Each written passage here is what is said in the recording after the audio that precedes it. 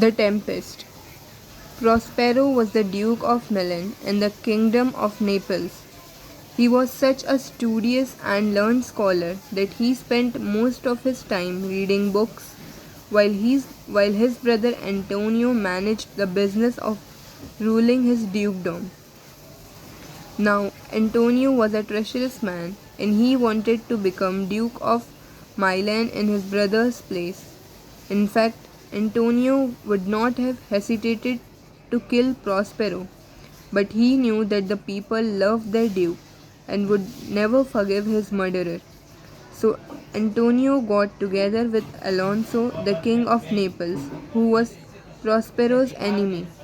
They took Prospero to sea, and when they were far away from the land, they put Prospero and his baby daughter Miranda into a broken old boat and sailed away.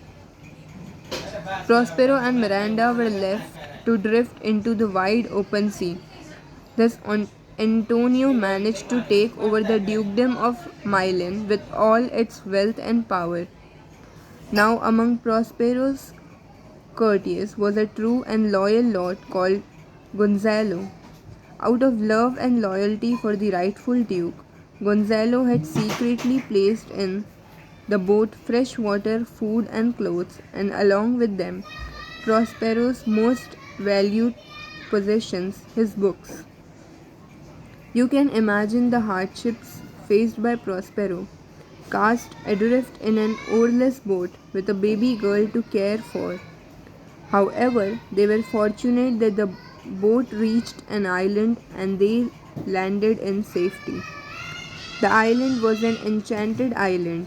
For years together, it had come under the spell of an evil witch, Sycorax, who had imprisoned all the good spirits she found on the island. She herself had died before Prospero arrived on the island, but the spirits remained trapped in their prison, the trunks of the large trees on the island. Prospero was a great magician, for his life had been devoted to study of magic. The power of his heart enabled him to set free the imprisoned spirits, of whom Ariel was the chief. The spirits were so grateful to Prospero that they promised to be ever obedient to his will. In the woods nearby, Prospero found Caliban, a twisted, ugly monster. He was the son of Sycorax, the witch. Caliban became Prospero's servant. Apart from being hideous and horrible in appearance, he was also vicious and brutal in his habits. No matter how hard he tried, Prospero could not make him change his way for the better. And so it was Ariel's job to see that he carried out his task properly. Time passed, and Miranda grew up to be a sweet and beautiful girl. The spirits of the island were loyal and faithful to Prospero, who ruled them wisely and well. Now it came to pass that Alonso, king of Naples, his brother Sebastian, and Antonio, the wicked brother of Prospero, were sailing in a ship close to the enchanted island. The ship was also carrying Prince Ferdinand of Naples and the old loyal courtier Gonzalo. The entire party was returning after the marriage celebration of their princess in a far off kingdom. Knowing that his enemies were near his island, Prospero raised a great tempest with the power of his magic. The royal ship was turned and tossed on the stormy waves. It seemed as if it would sink any moment along with all the people on board.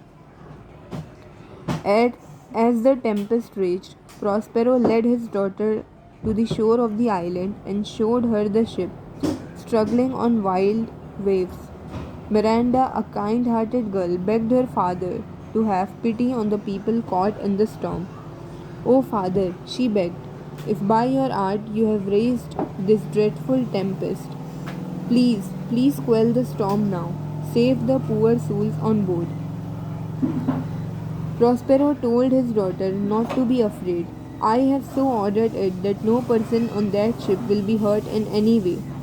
I intend to save every one of them, but What I have done now is in your interest, he said to her. Miranda was puzzled. Why should her father put the ship and its crew in peril for her sake? Then, for the first time, Prospero told her the story of their past life. He explained that he had caused the tempest in order to bring his enemies, Alonso and Sebastian, within his power.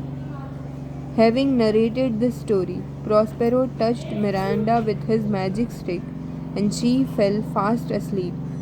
Now Ariel appeared before him to give an account of the storm. He gave a lively story of the fears of the sailor, the anxiety of the lords, and how Prince Ferdinand, King Alonso's son, had leaped into the sea. His father and the rest of the royal party feared that he was dead. The prince, for his part, believed that his father and the other lords had gone down with the ship. Ariel's song. Full phantom five thy father lies, of his moans are coral made.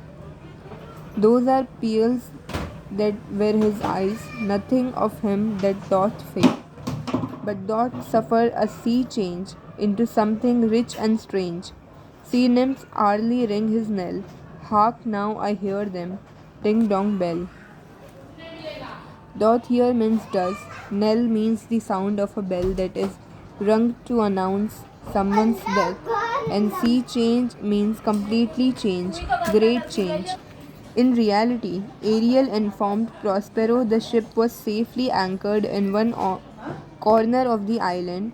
Ferdinand was all alone on the beach, and Alonso, Antonio, Gonzalo, and the others were wandering about on the island, not knowing where to go.